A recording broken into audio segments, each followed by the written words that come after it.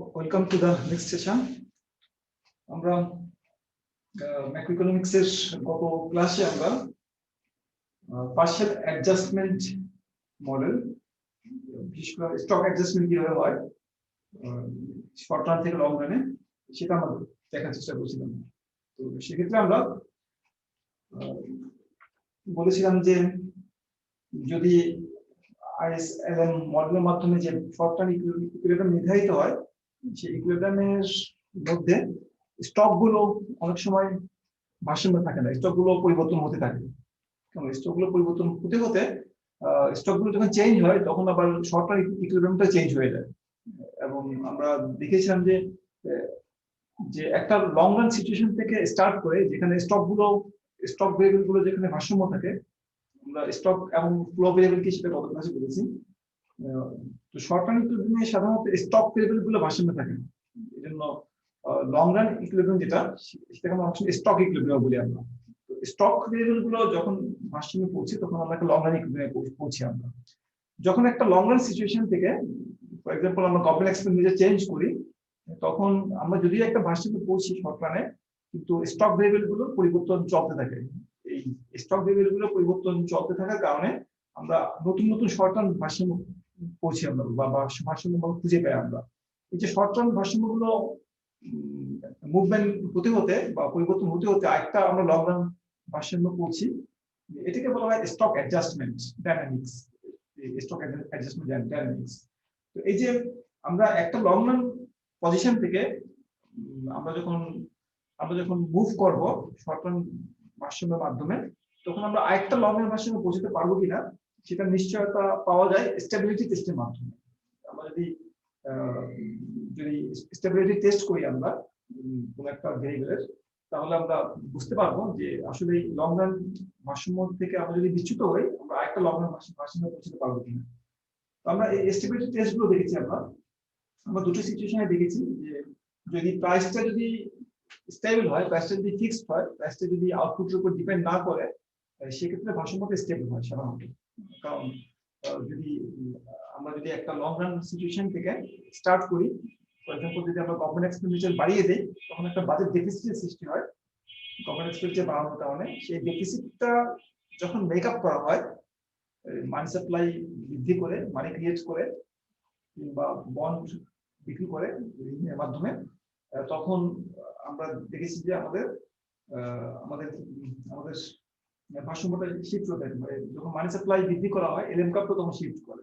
শিফটের মাধ্যমে যে আমাদের ইনকাম বৃদ্ধি পায়, ইনকাম বৃদ্ধি পেলে আমাদের ট্যাক্সের কালেকশন পরিমাণটা বাড়ে। আমাদের ট্যাক্সের কালেকশন পরিমাণ বাড়তে বাড়তে এক পর্যায়ে যে পরিমাণ ট্যাক্স কালেক্টেড হয় সেটা গভর্নমেন্ট এক্সপেন্ডিচার যে এক্সট্রা করা হচ্ছে তার সমান হয়ে যায় বা বাজেটটা আবার ব্যালেন্সড হয়ে যায়, যেখানে পৌঁছানোর পরে মানি ক্রিয়েশনের প্রয়োজনীয়তা থাকে না গভর্নমেন্টের, বা মানি স্টক আবার ভারসাম্যে ফিরে আসে।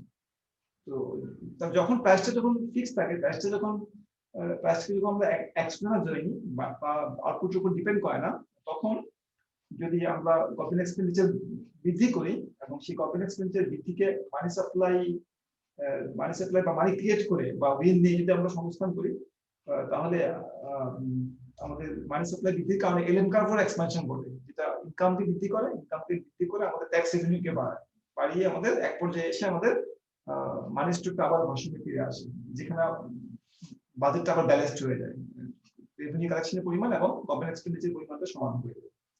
এবং এটা ছিল একটা কেস। আরেকটা কেস ছিল আমাদের যে যদি প্রাইসটা যদি আউটপুটের ফাংশন হয়, কেমন যদি আউটপুট যদি বাড়ে প্রাইসও যদি বাড়ে, কেমন, কারণ আউটপুট এবং প্রাইস আমরা প্রায় সময় আমরা সমমুখী সম্পর্ক লক্ষ্য করি। যখন আউটপুট যখন বাড়ে প্রাইসও সাধারণত তখন বাড়ে, কারণ প্রাইস না বাড়লে আউটপুট যারা বিক্রি করে বা উৎপাদন করে তাদের আউটপুট বিক্রির আগ্রহ কমে যায়, আগ্রহ কম থাকে। প্রাইস যখন কম থাকে বা যেটাকে আমরা ডিফ্লেশন বলি, ডিফ্লেশনের সাথে রিসেশনের সম্পর্ক থাকে। ডিফ্লেশন ইকোনমিক যে সাইকেল গুলো আছে, বুম রিসেশন যে সাইকেল গুলো আছে, সাইকেল গুলোর সাথে প্রাইসের একটা নিবিড় সম্পর্ক আছে। যখন ইকোনমিক স্লাম থাকে, মন্দা থাকে, তখন প্রাইস লেভেলও কম থাকে বা ডিফ্লেটেড থাকে প্রাইস লেভেল। আবার ইকোনমিতে যখন চাঙ্গা ভাব থাকে বা বুম থাকে, তখন প্রাইস লেভেলও একটা আপওয়ার্ড মুভমেন্ট দেখা যায়, যে কারণে আমরা সাধারণত প্রাইসের সাথে আউটপুটের একটা পজিটিভ সম্পর্ক লক্ষ্য করি। আমরা যদি এই প্রাইসকে যদি আউটপুটের ফাংশন ধরা হয় বা পজিটিভ ফাংশন ধরা হয়, সেক্ষেত্রে আমরা দেখেছি যে একটা এই ইকুয়েশনের মাধ্যমে দেখেছি যে যে সেক্ষেত্রে আমাদের যে আমাদের স্টেবিলিটি কন্ডিশন সেটা ভায়োলেট হতে পারে। কেমন? অর্থাৎ দেখা যেতে পারে যে যদি আমাদের ডেফিসিট ক্রিয়েট করা হয়, ডেফিসিট ক্রিয়েট আমাদের হয়তো আউটপুটকে আমাদের ডিমান্ডকে বাড়াবে, কিন্তু ডিমান্ডকে বাড়লে সেটা আমাদের প্রাইসকেও বাড়াবে, প্রাইসকে বাড়িয়ে এমন একটা সিচুয়েশনের সৃষ্টি হতে পারে যেখানে আমরা আবার লং রান হিসেবে ফিরে না আসতে পারি, একটা ডিস্টেবল সিচুয়েশনের সৃষ্টি হতে পারে, বা একটা এটাকে বলা হয় রানওয়ে ইনফ্লেশন, প্রাইস লেভেলটা বাড়তেই থাকতে পারে শুধুমাত্র। এটা একটা সমস্যা ছিল। তবে গত ক্লাসে আমরা যে জিনিসটা ইনক্লুড করে নেই বা আলোচনা করে নেই সেটা হচ্ছে যদি ওয়েলথ ইফেক্ট, আমরা একটা ফাইন্যান্সিং টাইপ আমরা দেখেছি, শুধুমাত্র দেখেছি যে যদি মানি প্রিন্ট করা হয় বা মানি ক্রিয়েট করা হয় গভর্নমেন্ট বাজেট ডেফিসিট ফাইন্যান্স করার জন্য, যেটার মাধ্যমে আমাদের এলএম কাপটা শিফট করে, সেক্ষেত্রে ভারসাম্যটা অ্যাডজাস্টমেন্ট কিভাবে হয় সেটা দেখেছি আমরা। আজকে আমরা যে কেসটা দেখার চেষ্টা করবো, যদি বন্ড ফাইন্যান্সিং করা হয় ডেফিসিটটাকে, মানি ফাইন্যান্সটা হচ্ছে মানি প্রিন্ট করা, মানি প্রিন্ট করে ডেফিসিটের টাকাটা মেটানো কিংবা সেন্ট্রাল ব্যাংক থেকে ঋণ করা। কেমন? তো আমরা আজকে সেকেন্ড কেসটা নিয়ে আলোচনা করবো, সেটা হলো যে বন্ড ফাইন্যান্স যদি করা হয়। বন্ড ফাইন্যান্স যখন করা হবে তখন এই ওয়েলথ ইফেক্ট নামে একটা ইফেক্টের সৃষ্টি হবে। ইন্টারাকশন যেটাকে বলবো আমরা ইন্টারাকশন ওয়েলথ ইফেক্ট।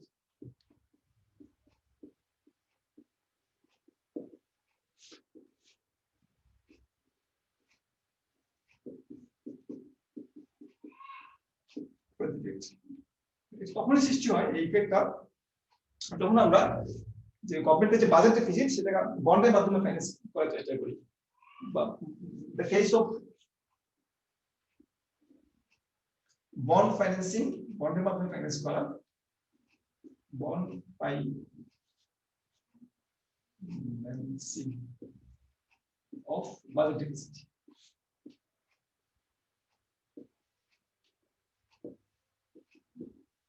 যদি বাজেট ডেফিসিটটা ফাইন্যান্স করার জন্য সরকার বন্ড বিক্রি করে বা টাকা ঋণ নেয়, ঋণ নিয়ে যদি বাজেট ডেফিসিটটা ফাইন্যান্স করে, তাহলে অ্যাডজাস্টমেন্টটা কিভাবে হবে, লং রান অ্যাডজাস্টমেন্টটা কিভাবে হবে, সেখানে কোনো ইনস্টেবিলিটি দেখা যাবে কিনা সেটাও আমরা ব্যাখ্যা করার চেষ্টা করবো আমরা। এছাড়া বন্ড ফাইন্যান্সিং এই জন্যই ওয়েলথ ইফেক্টের সম্পর্কিত করেছি। সাধারণত মনে হতে পারে বন্ড একটা যে মানি ফাইন্যান্স করা হলে, আমরা যেটা আগে পড়েছি, গত ক্লাসে পড়েছি, মানি ফাইন্যান্স করা হলে মানি সাপ্লাই বাড়ে, কেমন? কিন্তু বন্ড সাপ্লাই করলে মানি স্টক বাড়ে না, কেমন? মানি স্টকের পেমেন্টটা স্থির থাকে বন্ড ফাইন্যান্স করা হলে। মানি প্রিন্ট করা যদি না হয় বা সেন্ট্রাল ব্যাংক থেকে টাকা ধার নেওয়া না হয়, যদি বন্ড ফাইন্যান্সিং যদি করা হয়, তাহলে মানি স্টকের পরিমাণটা, একটা ইকোনমিতে যে মানি আছে সেই স্টকের পরিমাণটা স্থির থাকে, মানি স্টকের পরিমাণটা, যে কারণে মানি স্টকের পরিমাণ স্থির থাকার কারণে এলএম গ্রাফের কোনো শিফট হয় না। আমরা যে মনে করি একটা শর্ট টার্ম ইকুইপমেন্ট আছে আমরা আইএসএল মডেলের মাধ্যমে, যেখানে ওয়াই আউটপুট দেখানো হয়, এদিকে ইন্টারেস্ট রেট দেখানো হয়, এটা আমাদের একটা আইএস কার্ভ, এটা আমাদের এলএম কার্ভ, এটা আমাদের ইনিশিয়াল ভার্সন, এখানে আমাদের একটা ইন্টারেস্ট রেট আছে, আমাদের ইন্টারেস্ট আমরা আর দিয়ে লিখি, আমাদের টেক্সট বইতে ব্রাঞ্চের বইতে আর দিয়ে লেখা হয়েছে, আই দিয়ে বোঝানো হয়েছে ইনভেস্টমেন্ট, আই দিয়ে আর দিয়ে ইন্টারেস্ট বোঝানো হয়েছে। তবে অন্য কোনো টেক্সট বইতে, ফর এক্সাম্পল তোমাদের জন্মবিষয় বই দেখো, সেখানে আই দিয়ে ইন্টারেস্ট দেখানো হয়েছে, এবং আর জিরো ইন্টারেস্ট রেট, আর এটা হলো ইনকাম। মনে করো যে এখানে আমাদের এই পজিশনে বাজেট ডেফিসিট আছে, গভর্নমেন্ট এটা আইএস কার্ভকে শিফট করে এখানে এনেছে একটা লং রান সিচুয়েশন থেকে, এটা মনে একটা long run equipment, Y star long run equipment. তো এখন যদি সরকার যদি বন্ড ফাইন্যান্স করে এই ডেফিসিট, এখানে একটা ডেফিসিট আছে, এখানে এই ডেফিসিটটাকে যদি মেকআপ করে, এখানে ডেফিসিট কেন আছে বলছি আমরা, ডেফিসিটটা আমরা ডি দিয়ে মেজার করি, ডি দিয়ে মেজার করছি ডেফিসিটকে। আমরা ডেফিসিটকে সংজ্ঞা হলো গভর্নমেন্ট এক্সপেন্ডিচার কতটুকু করা হচ্ছে এবং কতটুকু ট্যাক্স কালেকশন করা হচ্ছে, এটা ইনকামের ফাংশন, কেমন? তো ইনকাম যখন ওয়াই স্টার, ইনকাম যখন, তখন ট্যাক্স রেভিনিউ পরিমাণটা গভর্নমেন্ট এক্সপেন্ডিচারের সমান হয়, এবং আমরা বলি যে ব্যালেন্স বাজেট কন্ডিশন, বাজেটটা ব্যালেন্সড আছে, আর ইনকাম যখন ওয়াই এর চেয়ে কম হয়, ফর এক্সাম্পল ওয়াই জিরো হয়, তখন আমাদের ট্যাক্স কালেকশনের পরিমাণটা কর্পোরেট এক্সপেন্ডিচারের চেয়ে কম হয়, এটা বড় হয়, তো বাজেট ডেফিসিটটা পজিটিভ।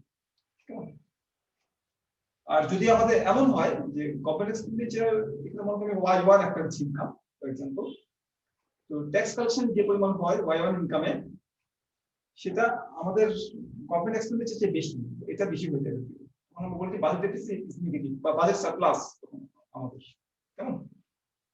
সুতরাং বাজেট ডেফিসিটটা নির্ভর করে ইনকামের পজিশনের উপরে, ইনকামটা কোথায় আছে। ইনকামটা যদি ওয়াই স্টার হয়, তাহলে এখানে যে পরিমাণ ট্যাক্স কালেক্টেড হবে সেটা কর্পোরেট এক্সপেন্ডিচারের সমান, অর্থাৎ এই ইনকামে বাজেটটা ব্যালেন্সড। আর এই ইনকামের চেয়ে কম ইনকামে বাজেট ডেফিসিট, কারণ এখানে যে পরিমাণ ট্যাক্স কালেক্টেড হবে সেটা কর্পোরেট এক্সপেন্ডিচারের চেয়ে কম, বাজেট ডেফিসিট।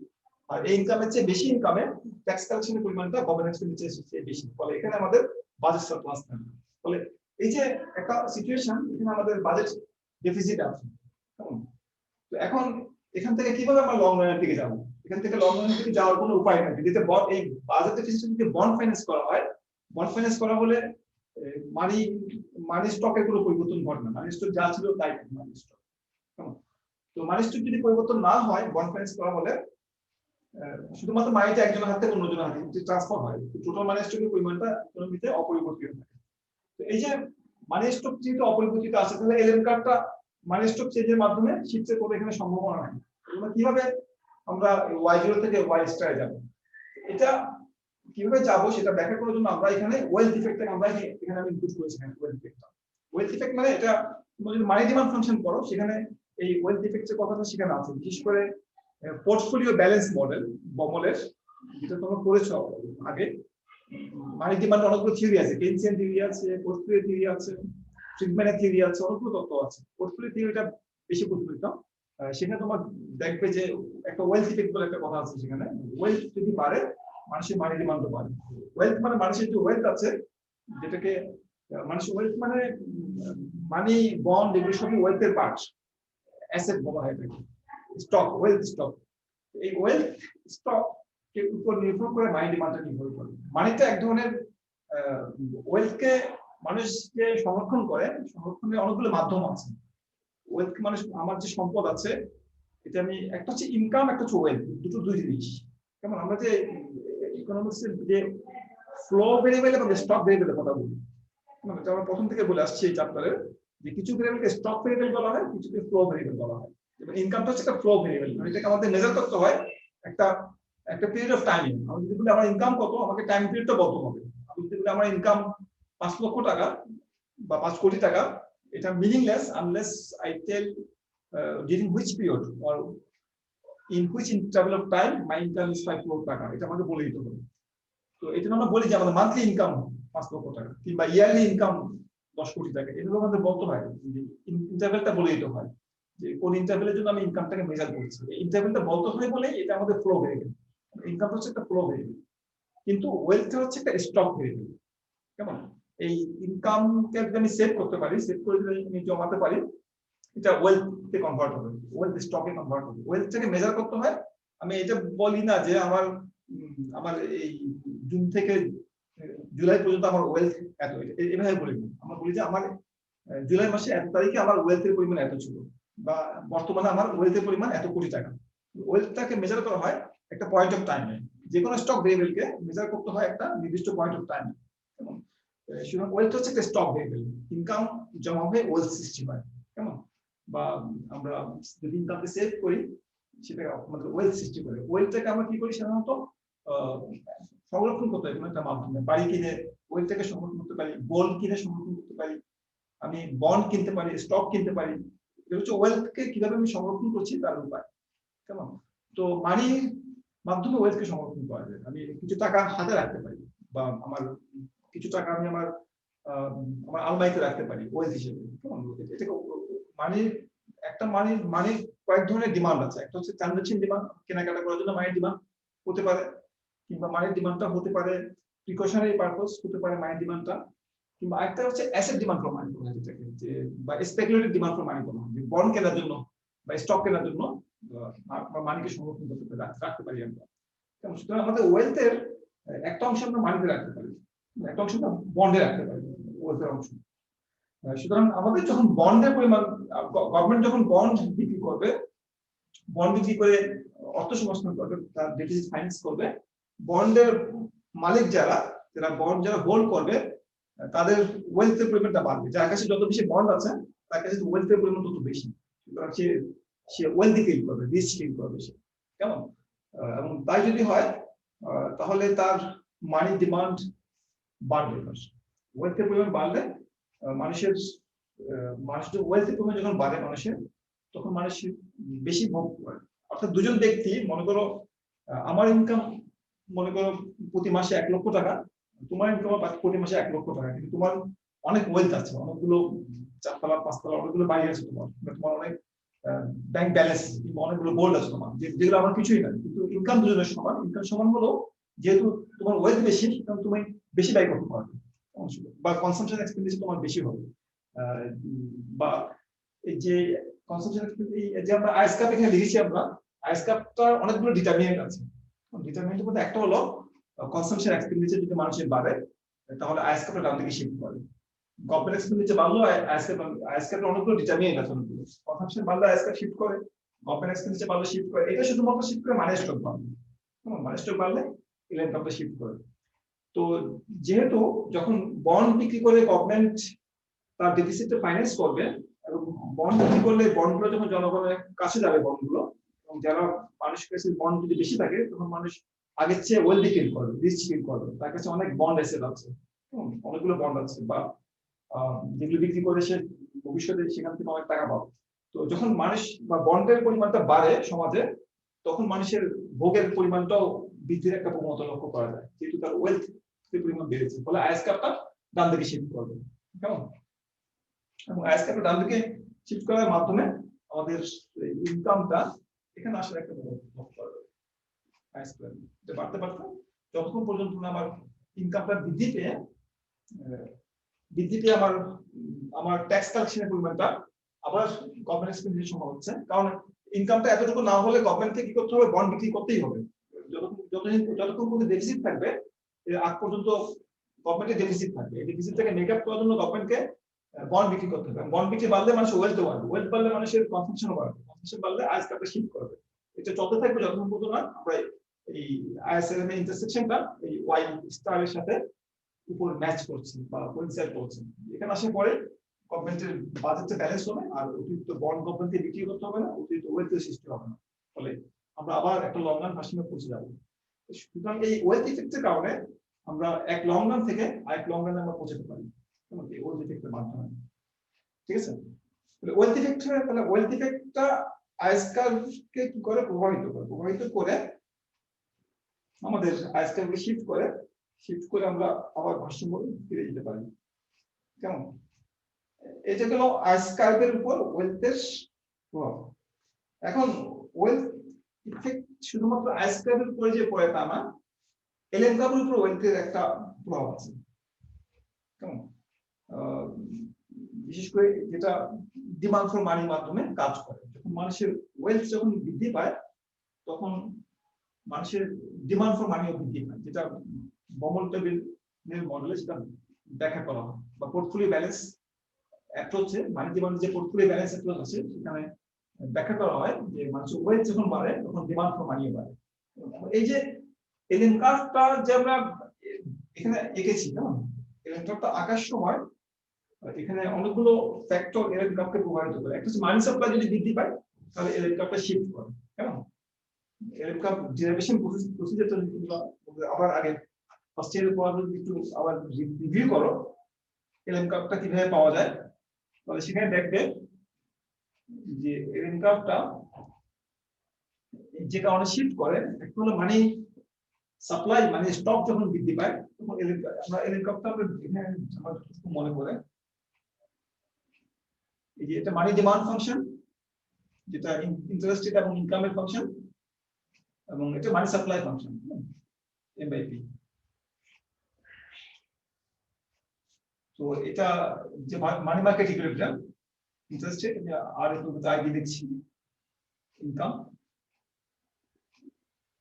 এটা আমাদের ভারসাম্য ইন্টারেস্ট রেট। তো এখানে একটা ইনকাম আছে, মানি ডিমান্ডটা ইনকামের উপর ডিপেন্ড করে। তো এই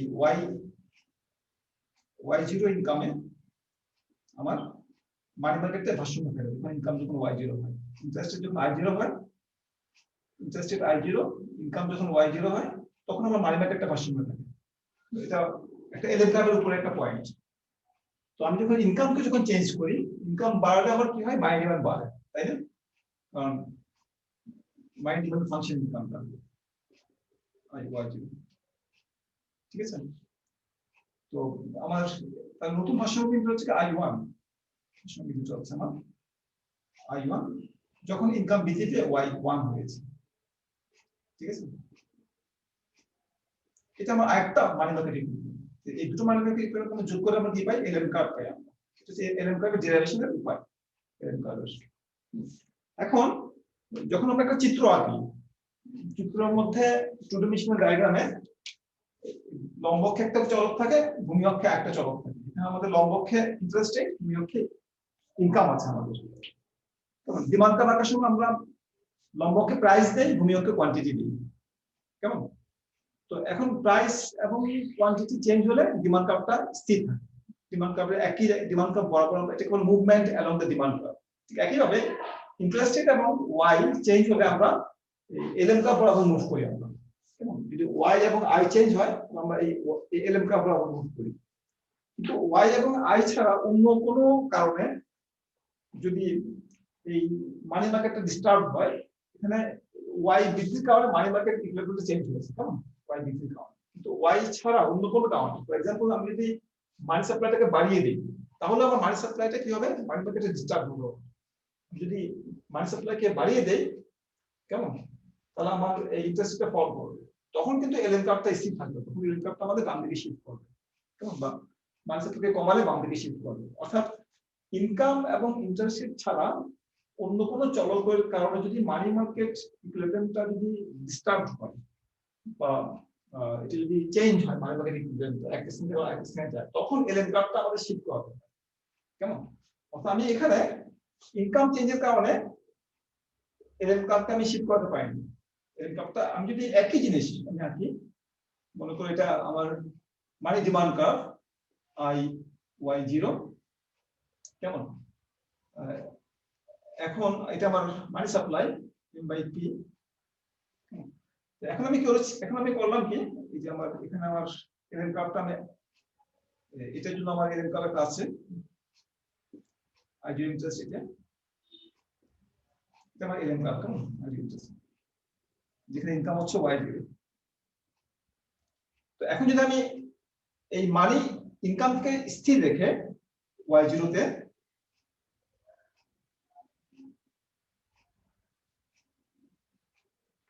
এটা y1 y0 তো y1 এখন যদি আমি এই মানি সাপ্লাইকে চেঞ্জ করি, আমি কমিয়ে দিই, ফর এক্সাম্পল m বাই এটা p0 ছিল, m/p0, এটা m/p1 করে দিলাম। মানি সাপ্লাই চেঞ্জের কারণে আমাদের ইন্টারেস্ট রেটটা পরিবর্তন হলো, i0 থেকে i1 হলো। এটা হলো আমার ইনকামটা আমার পরিবর্তন হয়নি, কেমন? Money market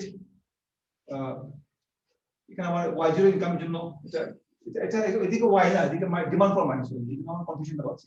demand for money, demand for money বা সাপ্লাই মানি দেখানো হয়। তো আমার এই যে মানি সাপ্লাই পরিবর্তনের কারণে আমার যে ভারসাম্যটা পরিবর্তন হলো, i1 আসলো আমার এই ভারসাম্যটা, আমার এলএম কার্ভটা উপর দিকে শিফট করবে। অর্থাৎ আমি যেটা বুঝাতে চাচ্ছি সেটা হলো যে এখানে যে দুটো চলক দেখানো হয়েছে i এবং l, এই দুটো ছাড়া অন্য কোনো কারণে আমাদের এই ডিমান্ড ফর মানিটা শিফট করবে, আর এদিকে y এবং i ছাড়া অন্য যে কোনো চলকের পরিবর্তনের কারণে এলএম কার্ভটা শিফট করবে, কেমন? তো যদি আমার এই মানি সাপ্লাইটা চেঞ্জ হয়, তাহলে আমার এলএম কার্ভটা শিফট করবে। মানি সাপ্লাই বাড়লে এলএম কার্ভ ডানে শিফট করবে, আর মানি সাপ্লাই কমলে এলএম কার্ভটা বামে শিফট করবে। ঠিক একইভাবে যদি আমার ডিমান্ড কার্ভটা যদি শিফট করে for any reason other than y0, wealth ইফেক্টের কারণে, ফর এক্সাম্পল আমার যদি ডিমান্ড ফর মানিটা যদি শিফট করে, ডিমান্ড ফর মানিটা যদি ডান দিকে শিফট করে, ফর এক্সাম্পল আমার এলএম কার্ভটা বাম দিকে শিফট করবে, কেমন? তো এলএম কার্ভটা শিফটের আমরা দুটো কারণ এখানে উল্লেখ করছি, একটা হচ্ছে মানি সাপ্লাই পরিবর্তনের কারণে এলএম কাপটা শিফট করতে পারে, আর একটা হচ্ছে ডিমান্ড ফর মানি চেঞ্জের কারণে এলএম কাপটা শিফট করতে পারে। যদি ডিমান্ড ফর মানি চেঞ্জের সোর্সটা যদি Y0 না হয় অন্য কিছু হয়, এখানে আমাদের ওয়েলথটা হচ্ছে আমাদের ওয়েলথ ইফেক্টের কারণে, যেহেতু বন্ড বিক্রি করছে গভর্নমেন্ট, বন্ড বিক্রি করার কারণে জনগণের ওয়েলথের পরিমাণ বাড়ছে, এই ওয়েলথ বৃদ্ধির কারণে মানুষের ডিমান্ড ফর মানি বাড়ছে পোর্টফোলিও ব্যালেন্স থিওরি অনুযায়ী। তাহলে আমাদের এলএম কাপটা কি করবে, ডিমান্ড ফর মানি বাড়লে, ডিমান্ড ফর মানি ফাংশনটা উপর দিকে শিফট করলে আমার যে এলএম কাপ সেটা বাম দিকে শিফট করবে এলএম কাপটা। সুতরাং আমরা যে একটু আগে যে আমরা ডাইনামিক অ্যাডজাস্টমেন্ট দেখানোর চেষ্টা করছিলাম, সেটা একটু পরিবর্তন আসবে আমাদের সেখানে। এটা হলো এলএম কাপ যদি আমরা ইনক্লুড করি বা ওয়েলথ ইফেক্টে যদি এলএম কাপের উপর প্রভাব ফেলে, আমরা একটু আগে যে চিত্রটা আঁকলাম, budget deficit is curve, LM curve, এটা আমাদের ইকুইলিব্রিয়াম উইথ বাজেট ডেফিসিট বা শর্ট টার্ম ইকুইলিব্রিয়াম। কেমন? তো এটা ছিল আমাদের long run equilibrium Y0 Y star. তো আমরা বলেছি যে আইএস কার্ভটা শিফট করবে, ডান দিকে যাবে আইএস কার্ভটা, কনসাম্পশন যখন বৃদ্ধি পাবে আইএস কার্ভটা শিফট করবে। কিন্তু সমস্যা হচ্ছে ওয়েলথ ইফেক্টের কারণে শুধুমাত্র আইএস কার্ভটা শিফট করবে না, ওয়েলথ ইফেক্টের কারণে এলএম কার্ভটা শিফট করবে। ওয়েলথ ইফেক্টের কারণে, যেহেতু ওয়েলথ ইফেক্টের কারণে মানুষের ডিমান্ড ফর মানি বৃদ্ধি পাচ্ছে, ডিমান্ড ফর মানি বৃদ্ধি পাওয়ার কারণে এলএম কার্ভটা বাম দিকে শিফট করবে। সুতরাং এখানে দুটো কাউন্টার ব্যালেন্স ইফেক্ট আছে। একটা হচ্ছে ওয়েলথ ইফেক্টের কারণে আইএস কার্ভটা ডান দিকে শিফট করছে, কেমন, আবার ওয়েলথ ইফেক্টের কারণে এলএম কার্ভটা বাম দিকে শিফট করছে, কাউন্টার ব্যালেন্সিং ইফেক্ট। সুতরাং কনসাম্পশন ইফেক্টের মাধ্যমে ওয়েলথের যে কনসাম্পশনের উপর একটা প্রভাব আছে, সে কারণে আমাদের আইএস কার্ভটা ডান দিকে শিফট করছে এবং ইনকাম বৃদ্ধির একটা প্রবণতা লক্ষ্য করা যাচ্ছে। আবার যেহেতু ইনকাম বৃদ্ধি পেলে মানুষের ডিমান্ড ফর মানি বাড়ে, যে কারণে এলএম কার্ভটা বাম দিকে শিফট করে, সেই কারণে আমাদের এটা ইনকামটা কমার একটা প্রবণতা লক্ষ্য করা যায়। হয়তো এমন হতে পারে যে আমার এই বাজেট ডেফিসিটের কারণে গভর্নমেন্ট যে বন্ড বিক্রি করছে, সে কারণে আমার কনসাম্পশনটা বাড়ছে আমার, কিন্তু আবার যেহেতু মানি ডিমান্ড বাড়ছে বলে ইন্টারেস্ট বৃদ্ধির মাধ্যমে আবার ইনকামটা কমে আসছে। অর্থাৎ এখানে দুটো ইফেক্ট আছে। এখানে যে বন্ড যে গভর্নমেন্ট কেনা শুরু করলো এবং এই বন্ড যে বৃদ্ধি পাচ্ছে, বন্ড বৃদ্ধি পাওয়ার কারণে আমাদের কনসাম্পশনটা বাড়ছে ওয়েলথ ইফেক্টের মাধ্যমে। ওয়েলথ ইফেক্টের মাধ্যমে আমার কনসাম্পশনটা বাড়ছে, আমার কনসাম্পশন বাড়ছে, যেটা আমার আইএস কার্ভকে ডান দিকে শিফট করছে। Consumption effect, IS curve shift right.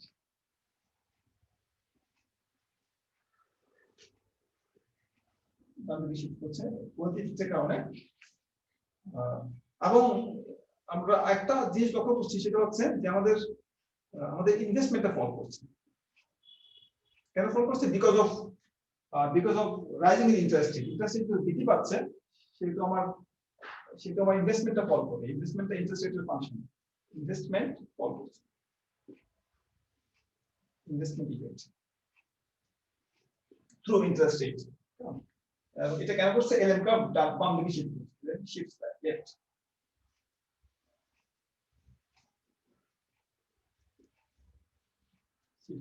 এখন যদি এই কনসাম্পশন ইফেক্টের তুলনায় ইনভেস্টমেন্ট ইফেক্টটা যদি স্ট্রঙ্গার হয়, অর্থাৎ আমার ওয়েলথ ইফেক্টের কারণে কনসাম্পশন যতটুকু বাড়লো, তার চেয়ে ইনভেস্টমেন্ট অনেক বেশি ফল করবে, সেক্ষেত্রে আমার ইনকামটা বৃদ্ধি না পেয়ে ইনকামটা হ্রাস পাওয়ার একটা সম্ভাবনা সৃষ্টি হতে পারে। অর্থাৎ আমি যে আমার যে একটা ভারসাম্য বিন্দু ছিল লং রান ইকুইলিব্রিয়াম, সেদিকে আমি না যেয়ে তার থেকে আমি দূরে সরে যেতে পারি। আবার এখানে আনস্টেবিলিটি সৃষ্টি হতে পারে এখানে, কেমন? ফলে এই যে আমাদের যখন ওয়েলথ ইফেক্ট থাকে, যখন আমাদের তখন যে আমাদের ইনকামটা লং রানে না পৌঁছে আবার ইনকামটা আমার কমে আসতে পারে। এটাকে আমরা অনেক সময় বলি, আমরা এটাকে বলা হয় ক্রাউডিং আউট বলা হয়। ক্রাউডিং আউটের নাম শুনেছো? ক্রাউডিং আউটটা কয়েক ধরনের হতে পারে। ক্রাউডিং আউট আমরা এখানে 3 ধরনের ক্রাউডিং আউটের কথা বলবো আমরা। একটা হলো ক্রাউডিং আউট সম্পর্কে একটু কথা বলি, এখানে আলোচনা করি। মুছে দিই।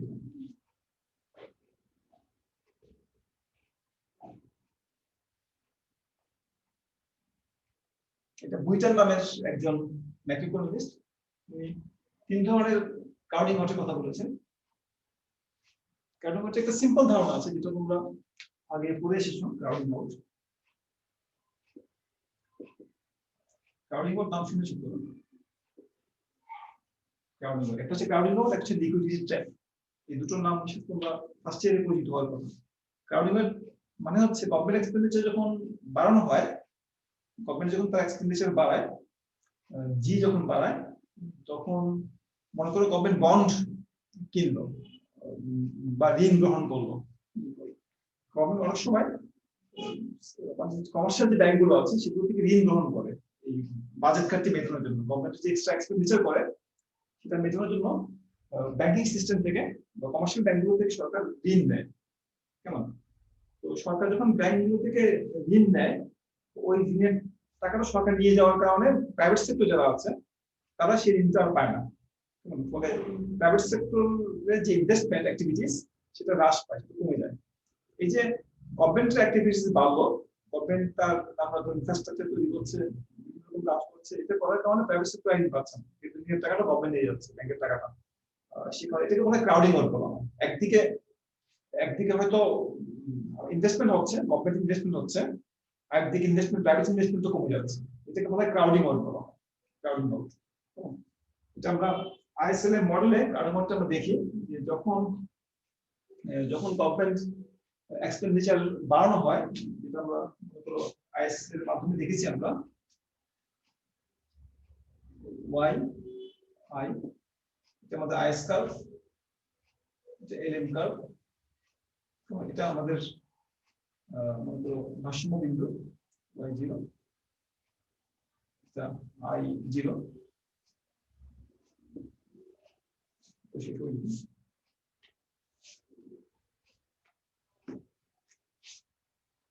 গভর্নমেন্ট এক্সপেন্ডিচার বাড়ানো হলে কিংবা কনস্ট্রাকশন এক্সপেন্ডিচার বাড়লে আমরা বলছি আমাদের আইএস কার্ভটা ডান দিকে শিফট করে। আইএস কার্ভটা ডান দিকে শিফট করলো, যদি ইন্টারেস্ট রেট স্থির থাকতো, ইন্টারেস্ট রেটটা, তাহলে ইনকামটা যতটুকু বৃদ্ধি পেত, ইন্টারেস্ট রেট স্থির না থাকার কারণে যেহেতু ইন্টারেস্ট রেটটা বেড়ে যায়, তাই ইনকামটা যতটুকু বাড়ার কথা ততটুকু বাড়ে, তার চেয়ে কম বাড়ে, একটু কম পরিমাণে বাড়ে।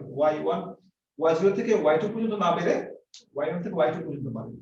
এই যে যতটুকু ইনকাম কম বাড়ে সেটাকে বলা হয় কি, এটাকে বলা হয় ক্রাউডিং আউট বলা হয়। এই অংশটুকু বলা হয় ইনকাম যতটুকু বাড়ার কথা ইন্টারেস্ট রেট না বাড়লে, এই ইন্টারেস্ট রেট বৃদ্ধির কারণে ইনকামের বৃদ্ধিটা একটু কম, এটাকে বলা হয় ক্রাউডিং আউট। যেটাকে বলা হয় ক্রাউডিং আউট। ক্রাউডিং আউট অনেক ধরনের হয়। ক্রাউডিং আউট এটা একটা সিম্পল ক্রাউডিং আউট হচ্ছে, কেমন, যেটা ইন্টারেস্ট রেট বৃদ্ধির মাধ্যমে কার্যকর হয়। ক্রাউডিং আউটের আরেকটা, এই ক্রাউডিং আউটটা কিন্তু এটাকে বলা হয় partial crowding out. Crowding out পুরোপুরি হয়নি, গভর্নমেন্ট এক্সপেন্ডিচার বাড়ার কারণে কিছুটা ইনকাম বৃদ্ধি পেয়েছে, কিন্তু এলএম গ্রাফটা যদি এখন ভার্টিক্যাল হতো, এলএম গ্রাফটা, তাহলে কিন্তু কোনো ইনকাম বৃদ্ধি হতো না।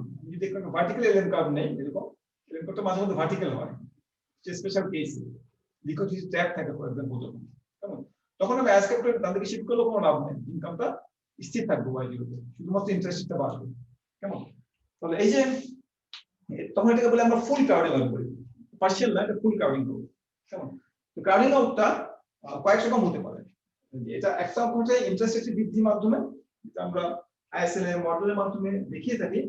আরেকটা ক্রাউডিং আউট ঘটে যেটা ক্লাসিক্যাল মডেলে দেখানো হয়, যেটা দেখানো হয় লেবার মার্কেটের মাধ্যমে।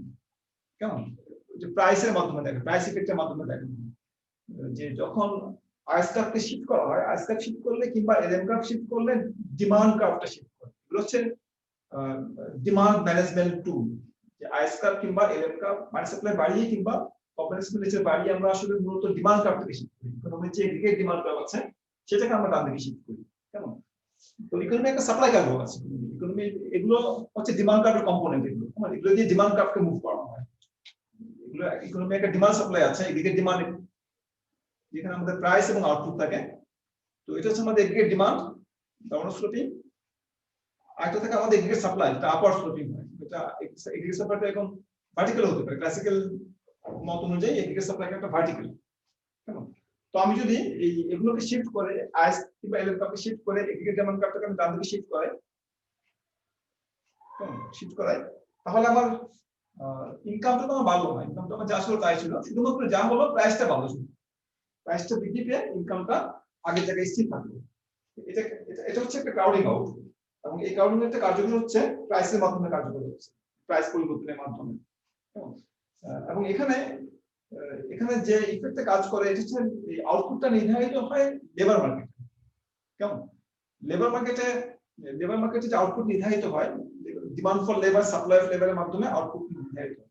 লেবার মার্কেটে ডিমান্ড ফর লেবার আছে, সাপ্লাই অফ লেবার আছে, তার মাধ্যমে একটা ইকুইলিব্রিয়াম লেবার নির্ধারিত হয়, ওই লেবারটা কাজ করে প্রোডাকশন ফাংশনের মাধ্যমে আউটপুটের পরিমাণটা সেখানে পায়। কেমন?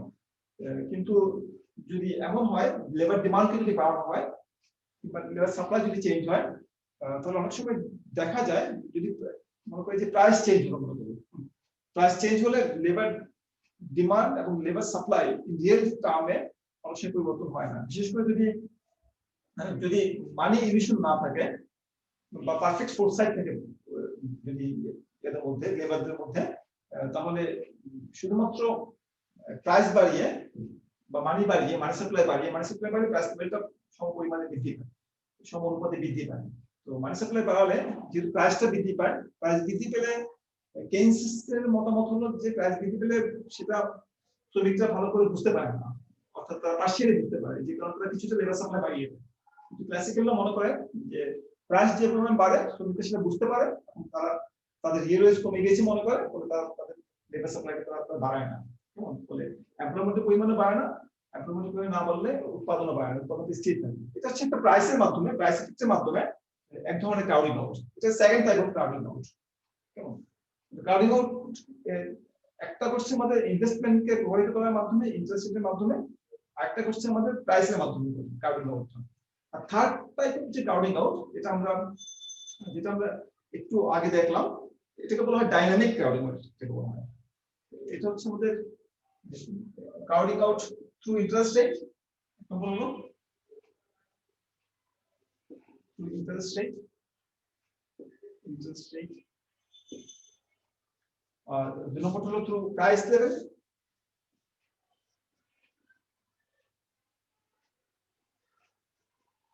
প্রাইস পরিবর্তনের মাধ্যমে ক্রাউডিং আউট সৃষ্টি হতে পারে, প্রাইস অ্যাডজাস্টমেন্টের মাধ্যমে। আর থার্ড ক্রাউডিং আউট যেটাকে ডাইনামিক ক্রাউডিং আউট বলা হয়, সেটা হলো ওয়েলথ ইফেক্টের মাধ্যমে, through wealth effect.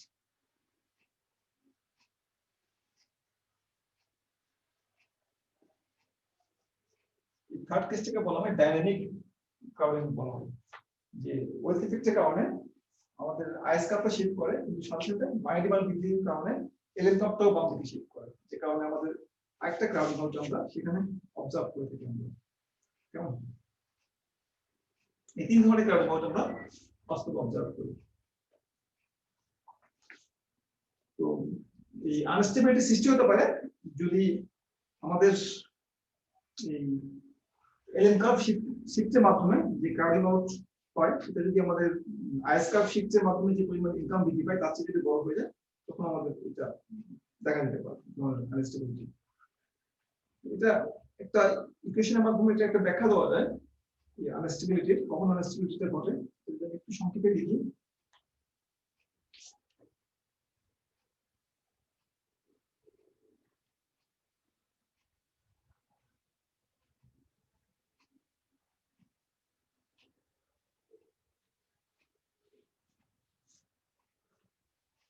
Stability of the dynamic adjustment.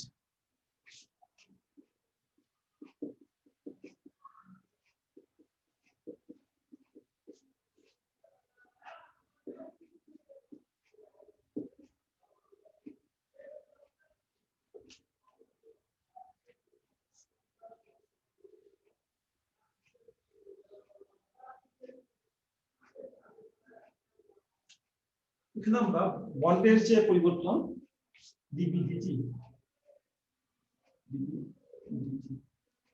এটা আমরা অনেক সময় বি ডট দিয়ে লিখি, টাইম ডেরিভেটিভকে আমরা ভেরিয়েবলে একটা ডট দিয়ে লিখি বি ডট।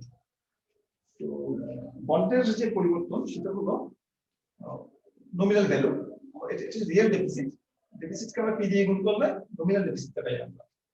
তো যে পরিমাণ ডেফিসিট আছে, যেটা ছিল আমাদের রিয়েল ডেফিসিট, যেটা হচ্ছে রিয়েল কর্পোরেট এক্সপেন্ডিচার, আর টিটা হচ্ছে রিয়েল ট্যাক্স রেভিনিউ। টি দিয়ে গুণ করলাম নমিনালটা পাই আমরা। বিটা হচ্ছে বন্ডের ভ্যালু, নমিনাল ভ্যালু, বন্ডের পরিবর্তনের পরিমাণটা কতটুকু বন্ড বিক্রি করতে হবে বা কিনতে হবে, সেটা হচ্ছে কি পরিমাণ ডেফিসিটের উপর নির্ভর করে। ডেফিসিট ছিল না, ডেফিসিট মাইনাস ভ্যালুটা টি দিয়ে থেকে গুণ করতে তার উপর নির্ভর করে। তো আমরা জানি কি সমান হলো টি জি মাইনাস টি ওয়াই। কেমন? ওয়াইটা হলো আবার কতগুলো জিনিসের ফাংশন, ইনকামটা নির্ভর করে অনেকগুলো বিষয়ের উপরে। আমাদের সিম্পল মডেলে সেটা ছিল আমাদের জি এবং এম ছিল, তাই না? গভর্নমেন্ট এক্সপেন্ডিচার উপর নির্ভর করে এবং মাইনাস এক্সপেন্ডিচারের উপর নির্ভর করে। তবে এখানে আমরা যখন ওয়েলথ ইফেক্ট আমরা ইনক্লুড করি তখন সেটা ওয়েলথের উপর নির্ভর করে। ওয়েলথের একটা হলো বি, এটা বি এর উপর ডিপেন্ড করে। বিটা হচ্ছে আমাদের বন্ডের পরিমাণ। বন্ডের পরিমাণ বেশি থাকলে সেটার উপর ডিপেন্ড করে আমাদের ইনকামের পরিমাণটা। তো আমরা স্টেবিলিটি যখন টেস্ট করি, স্টেবিলিটি টেস্ট করার জন্য আমরা কি করি, এই ইকুয়েশনটাকে ডিফারেনশিয়েট করে দেখি আমরা। এখান থেকে আমরা বের করার চেষ্টা করি D B dot by DB. এটা ভ্যালুটা যদি নেগেটিভ হয় ডিপি ডট বাই ডিবি, তাহলে আমরা বলি যে সিস্টেমটা স্টেবল, বা আমরা যদি কখনো লং রান থেকে ডিভিয়েট করি বা বিচ্যুত হই, আমরা আবার আরেকটা লং রানে ফিরে আসি, স্টেবিলিটি কন্ডিশন ফুলফিল হবে। তো এটা যে আমরা ডিফারেনশিয়েট করে রেখেছি, আমরা ইকুয়েশনটা ডিফারেনশিয়েট করলে লাস্ট পার্টে ডিফারেনশিয়েট করব। এটা আমরা ডিফারেনশিয়েট করলে প্রথমটা হবে 0, এখানে পিজি, এখানে কোনো বি নাই, তাহলে এটা 0 হবে প্রথমটা। আর দ্বিতীয়টা টি হচ্ছে ওয়াই এর ফাংশন, কেমন? ওয়াইটা হচ্ছে বি এর ফাংশন। টিটা এটা ইফেক্টেড হবে ডেল টি ডেল ওয়াই এর মাধ্যমে ইফেক্টেড হবে, del Y del T. Beta Y কে ইফেক্ট হবে, ওয়াইটা টি কে ইফেক্ট করবে। টিটা সুতরাং ইনডিরেক্টলি ইফেক্ট হবে বাই বি।